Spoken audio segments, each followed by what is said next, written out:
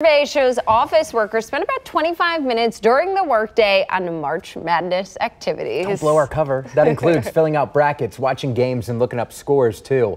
All of this results in $13 billion in lost productivity.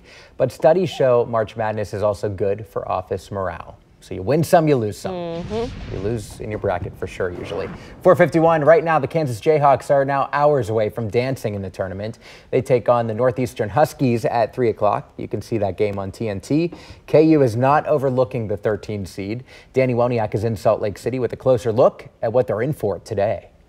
In the NCAA tournament, every double-digit seed needs a source of inspiration. Last year for Loyola, that was famously Sister Jean. For KU's first-round opponent, Northeastern, they believe they have that in their own Max Plansky. The Huskies will tell you their most important role player has never even taken a shot for them. It's so special to have him here at an NCAA tournament. One of the best feelings that I've had is just seeing Max laugh. He's always been like the glue guy for us. You couldn't miss 16-year-old Max Plansky during Northeastern's Wednesday practice. His attitude that when he comes to the games and practices, he's always smiling, he's always laughing.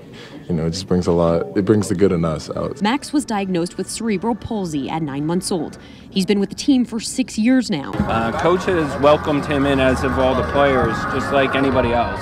It's given him, social connections in a life that we didn't have before. Though he's mostly nonverbal and non-mobile, he doesn't just sit back and watch. He gives to the team a whole lot more than he gets when guys, and we talk about adversity during the year. It gives us a real neat perspective on what's it all about. He's more than just a member of this team. He's family. Even junior guard Bolden Brace has taken on the role of his hairdresser. I have a whole set of clippers in the locker room. Every 3 weeks we do a new haircut and keep him stylish. While every double-digit seed needs a source of inspiration and a rally cry, the Huskies want to do this for Max. We're all playing for him and his father and the organization that represents Max too. So Max will definitely be the driving force of this tournament run. The Jayhawks know they cannot underestimate the Huskies at all, and it's not just because of their source of inspiration.